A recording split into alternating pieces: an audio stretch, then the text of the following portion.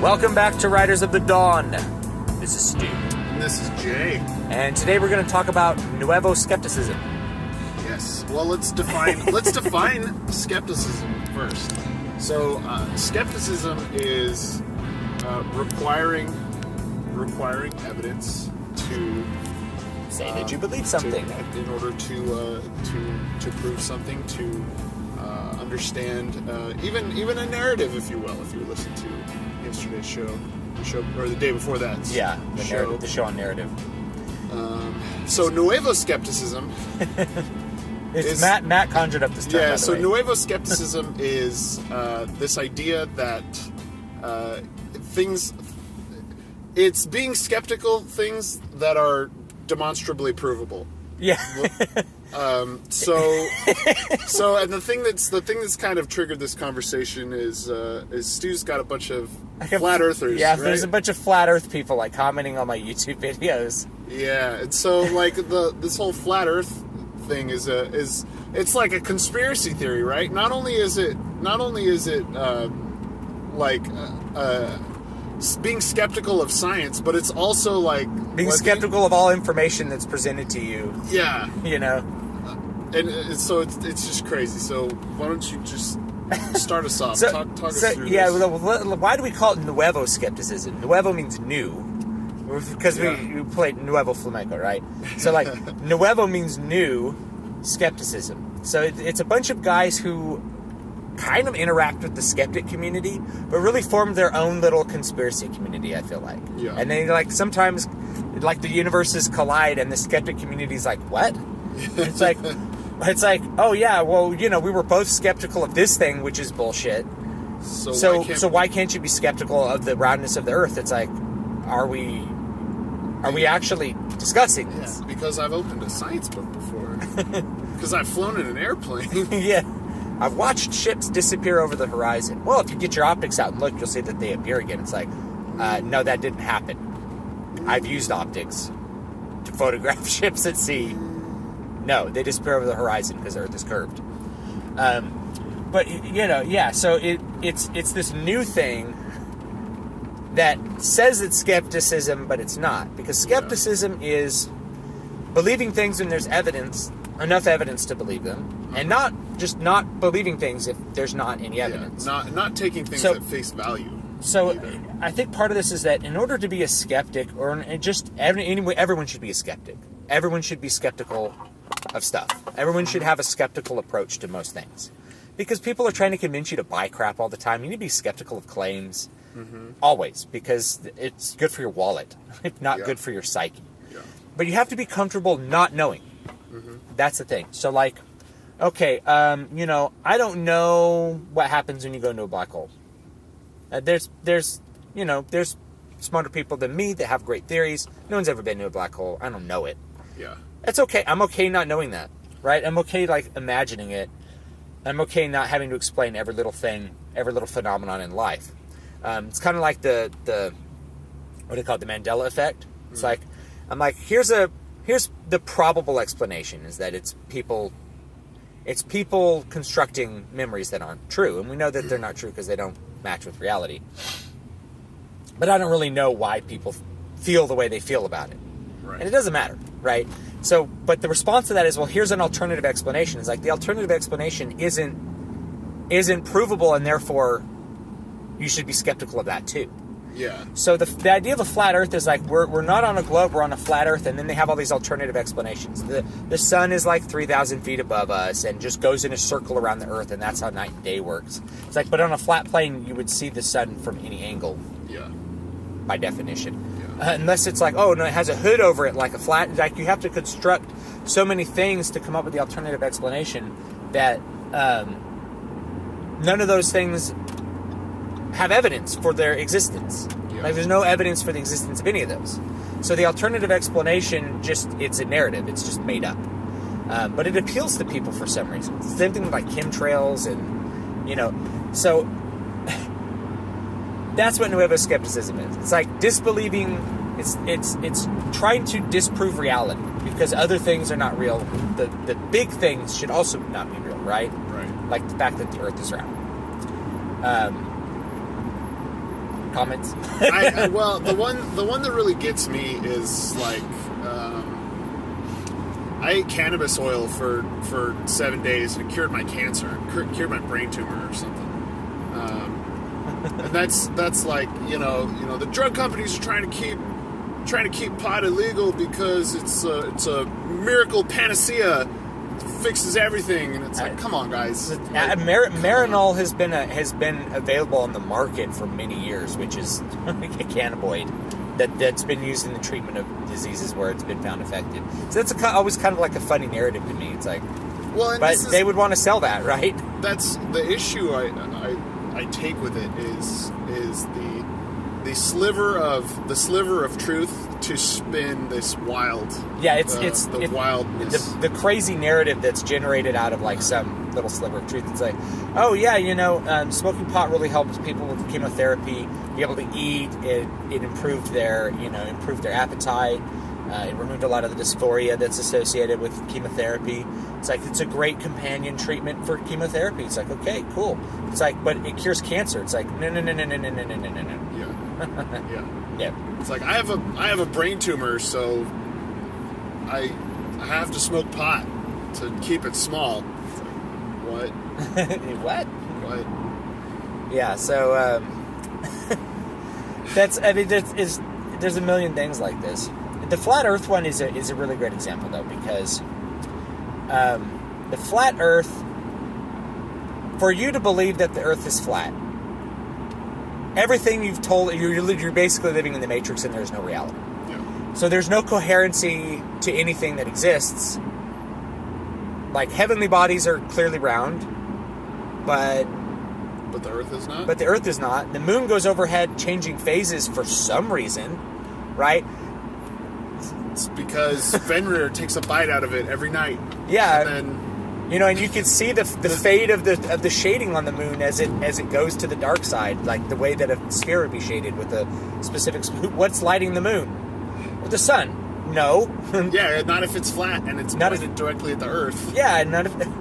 It's like, oh well, the moon's got all, so like there's no explanation for the moon. So you have to disbelieve all evidence. And they're like, well, NASA's images are composites. It's like, did you ever stop to think about why they there are just regular images of Earth. You're like, oh, it looks like a bunch of clouds.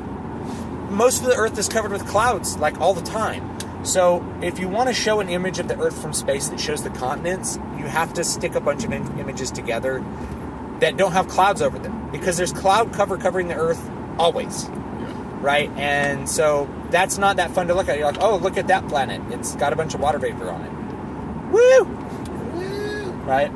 So that means, and it's part of like the grand, there's a conspiracy so grand as to be incalculably insurmountable. Yeah. Every airline pilot is part of the conspiracy because they have to fly around on a flat Earth. They have to navigate a flat Earth. Compasses, I don't know how they work. Well, you're part of the insane clown posse. Yeah. Magnets, how do they work? How do they work, right? So I don't know what those work. Maybe just like there's only a North Pole and there's no South Pole. Yeah. There's no like South Pole magnetism. Yeah. Maybe that's like how Santa Claus. Are supposed to Santa Claus is like the top security clearance, like guarding the magnet. Yeah. At the northern point. Antarctica, there's a wall of ice. It's like, so Antarctic cartography is false. Yeah. So it's like, there's no like Antarctica base where people study science. That does, or it's like on some part of Antarctica on a different side of the Earth that you can't reach from. I'm just like, wait, you could go there from Australia, right? It's like, yeah, but if you're going there from Australia, it would take you way, way longer than if you're going there from Argentina. But it's the same. It's like the same distance when you travel there. Wait, what? So they believe in this wall of ice. So this is like the alternative explanation. There's this wall of ice surrounding the Earth. That's Antarctica. Okay. Rather than Antarctica being a continent of particular size covered with ice, it's a wall of ice that hems in the Earth and keeps people from falling off the edge. That's the alternative explanation. So what they do is they're like, okay, the Earth is flat. How do we explain all the phenomena we see given that the Earth is flat? Let's come up with some stuff. There's no evidence of that phenomenon being true, though. And so what you do is you discard a model that accurately predicts reality and replace it with a model where everything's magic. You know, and what I don't understand is how do you get on board with a narrative that like the Earth is just one flat disk when, like, if that's true, then how, you know, if you're like looking at a map and you're looking at a map, how can you get from California to Japan? Oh, like, you go around. Everything's like you're going around in curves. That's but that doesn't make sense. How? All right. It's like, oh well, you know, it does take less time you could fly over the North Pole into Russia from like Canada, right? Right. Oh, well, that means, you know, that still works on this. They took a map projection and said like, well, that's probably the way the Earth works. It's like this projection of the map from above. That's what I'm trying to get. I'm trying to wrap my head around, like, even how. But you could but you could fly from like. The thing is, like, people don't usually fly over the South Pole, so it's not this thing like, oh, you know, you could just fly over the South Pole from Australia to Buenos Aires. And it's like you could, but you don't usually, because it's still just as short to just fly over the ocean right there, you know. So you just do that. But basically, every airline pilot would have to be lying about the distances between things, because there'd have to be a much greater distance between, say, the Horn of Africa, or let's say the tip of Africa and the tip of South America. Oh, then there is between like Europe and North America. Well, Europe and North America would have to be close, and those would have to be far. But it's the same travel time. Yeah, but you know, we already know, Stu, that on our modern maps, we make Africa look smaller because we're all racist. Because of the projection of it. You know, we're all super racist, so we want to make sure that Africa doesn't look as big as North America. You know, because we've culturally appropriated everything from the entire world. Yeah. So obviously Flat Earth is true, because we decide to depict continents in a specific way due to... And you know, like, before even people were commenting on Flat Earth, I'd like watch some Flat Earth videos because I thought it'd be fun. And there's no evidence presented. There's never evidence presented. Their evidence is like, what if? What if it was this? It's like, what if? There's no evidence of that. So in order for, you know, Nuevo Skepticism, I look at it as like it's a discarding of the models of reality that match most closely the observed reality, and the replacement of that with models that are fantastical.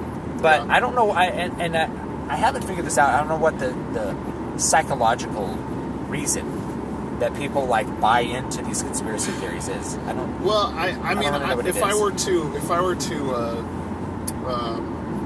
you know,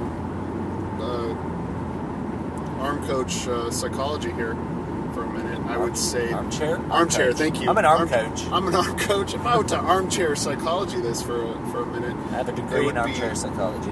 It would be that you know, there's a tremendous lack of trust, and if we look at social sciences how they talk about our social interactions and trust, there's a big amount of trauma, either through abuse or neglect or something like that would cause someone to just completely have no sort of trust in authority figures, probably because of missing parents and things like that, or abusive parents. And I see this because when you see Nuevo Skeptics, they're always associated with conspiracy theories. And the biggest thing associated with conspiracy theories is a mistrust in authority. Because, you know, I mean, the Mandela effect conspiracy theory is not how we would explain the Mandela effect, which is there is a mismatch of memory and reality. Right, mismatch of memory and reality. Well, instead of that being you constructing memories based on current context and not past context, is that aliens have come and changed your memories, and they're warping reality, or they've changed the entire world. You're living reality. in Dark City, you know. You're living in the Matrix. And so, like, why would you believe that? Well, it's because you have no trust in authority whatsoever, based on, and frankly, probably based on past experience. Yeah, and like the other thing is like I encounter a lot of Nuevo Skeptics because they don't trust the media. Yeah. People shouldn't immediately trust the media. You should be skeptical, right? And this is like where we're making the definition between skepticism and Nuevo Skeptics, which is you have to be able to see a narrative, understand the information they're trying to present, and then make a decision if that narrative matches the reality of what's happening, as opposed to they're presenting information that I think is false because I think everything is false. Because I've constructed this magical world inside of my brain. You know? Sorry, I interrupted. Yeah, no, it's true. So, yeah, I think that's the place where I see the Nuevo Skeptics. It's like, oh, you also are critical of the media narrative. It's like, yeah, because it's a narrative, but creating a counter narrative that involves magic isn't skepticism. Yeah, it's great for fiction. It's fun. It's fun to do, but not for reality. Yeah. So I mean, the reality has to match. You know, you create a. So this is this is an important thing. The point of theories is that they model reality, that they describe reality accurately. So if you have, if you have a theory of economics, it's about the way that some particular part of economics works, and it predicts accurately the way things are going to happen. Like if you have monetary theory, for example, when you print more money, the value of the money goes down. It's like, this happens, we've observed it, this describes how that's happening, then we can use it to predict future events, and then it continues to be accurate when we measure it against other future things. When you print more money, the money becomes worthless, right? So it's a simple thing. Or you have a theory called gravity that explains a whole bunch of things. The Earth is round, all the heavenly bodies are round, stellar objects are round because when you pull things towards themselves, they become a sphere. When you go up into space, yes, we have been to space. No, not all footage of astronauts floating in space is doctored. and you put out some water, it becomes a sphere. And it becomes a sphere because there's no resistance to it forming a perfect gravity relationship with itself. That's what so things become a sphere in the absence of other influence. The moon exerts its gravity on the tides. You can't explain the tides, said Bill O'Reilly one time. It's like, actually, Bill, the tides are a quite explainable phenomenon and very predictable. So it's that sort of stuff. You throw that model out because you distrust something about whoever's telling it to you. Like maybe you distrust the public school system because they told you a bunch of BS. Okay, that doesn't mean the Earth is flat. Yeah. It doesn't mean there's chemtrails that are real. Yeah. So it's like, oh, chemtrails. Why can't you be skeptical of the narrative that chemtrails aren't real? It's like, no, that's not the way skepticism works. Yeah. You have to present evidence that chemtrails are real. Well, look at them. No, that's water vapor. Why is it have a rainbow? Because rainbows are water vapor. Yeah. I see rainbows in clouds all the time. Yeah, I remember a chemtrail friend once telling me that our sky was filled with oil, and these rainbow clouds were proof of that. What? It's like, yeah, haven't you there's hydrocarbons suspended in the atmosphere. It's like, no. Well, yeah, haven't you seen like a rainbow and an oil slick? That's what that is. What?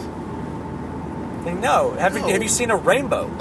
Rain falls and you're like, the refraction of the light through the water spreads out the spectrum of the light. You can see a rainbow. So why would you not expect to see rainbow in other water vapor, in other places where there's water? You spray your sprinkler and then it's like, there's a rainbow when I spray the sprinkler. Like that's an explainable phenomenon. So what are some other? And then it's just one last thing about chemtrails. Why? A CIA rage drug. Yeah, they're pouring rage. Yeah, they're making the population placid by giving them a drug, by spraying us with drugs, or they're making us angry by spraying. So it's never the same. Or they're controlling the weather. Yeah. So why isn't the weather better? Yeah. Why is there a drought? Well, they're making a drought. Why? Why would they do that? Why would you hurt your tax cattle? No, if anything, you would control the weather to make things better, so that like you could make more money and have more stuff and do whatever other things you want to do if you're this evil Illuminati oligarchy. Illuminati is another one. You know? Well, and I was going to say Illuminati, but the reptile people. Oh yeah, reptile people are in charge of everything. Reptiles are quite funny. Reptilians, that's what they're called. Reptilians.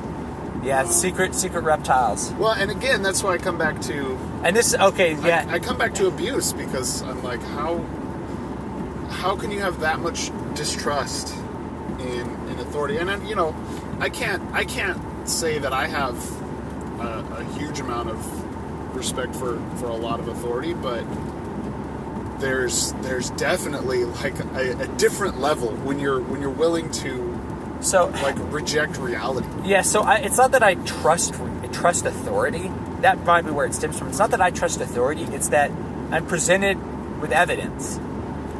Yeah.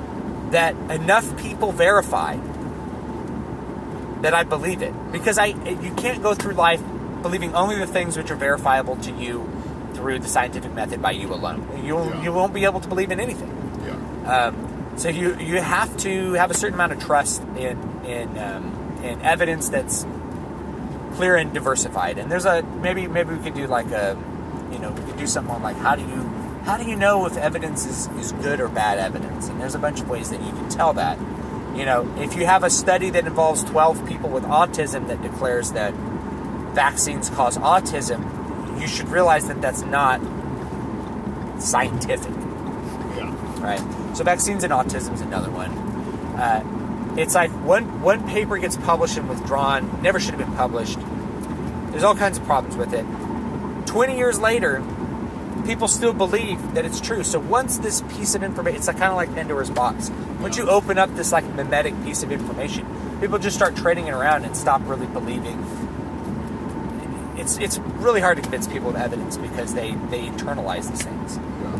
Maybe another explanation, is people go through the public school system. Yeah. The public school system doesn't teach critical thinking. It doesn't teach how to arrive at a conclusion based on evidence. It just you just kind of learn that things are. And that's the way that most instruction happens. Because that's quicker, it's more efficient, it's easier. It doesn't require the arduous task of working one-on-one with kids to teach them the ins and outs of critical thinking. And so people leave public school ill-equipped to understand reality. Mm-hmm. And then when there's something else that's more, I don't know, more enticing to them, more enticing to their brain. And I think again, if you're not equipped to prove something for yourself, then something that doesn't require proof is very enticing. Yeah. If that makes sense. Because one of the things I tell my students all the time is my goal as your teacher is to make it so that by the time we're done, you don't need me anymore. And frankly, that's not... I don't think that is most educators' attitudes. Yeah. Most educators have... I'm not going to say most educators are on a power trip, but most educators want to be the fount of knowledge, you know? Yeah. I prefer self-learning. I want to teach you how to be a good self-learner. Yeah. Which we've again talked about on this podcast. Here's another piece of armchair psychology, another possibility. And by the way, we're offering possibilities. These are alternative theories that are truth. Yes, that is very important. We're just pontificating, guys. We're just talking about maybe it's this, maybe it's that. This is not proof. We would need we need some more studies. We did find that people, when they're confronted with facts that conflict with their reality, rather than changing their beliefs, they distrust the person who brought those facts. There has been some psychological studies on that. So people are pretty rigid with their beliefs. We know that. But here's another explanation, which is that if you believe that you're powerless, if you feel powerless, right? Like if you feel really disenfranchised. So if it starts with the emotional state, you're really powerless, you feel really disenfranchised, you feel like a slave to whatever our society is basically making you do. You got to work for a living, you got to pay rent, you got to get in this rat race in order to survive and try to prosper. If if that makes you have a certain amount of dysphoria, then a conspiracy theory which explains your enslavement becomes very appealing, because that takes the responsibility of your emotional state away from you, because that's a burden, and puts it on the dark reptilian overlords, telling you that the Earth is round when it is in fact flat, while spraying you with mind-controlling chemicals, or controlling the weather, or whatever thing you think chemtrails do. And and the Illuminati are in concert with maybe they are the reptilians, designing this so that they can enslave you to get your resources without them having to work for those resources, and also because they don't like you, because you're human and they're reptiles and they're superior. Yeah. If they're able to do this, then they clearly are superior.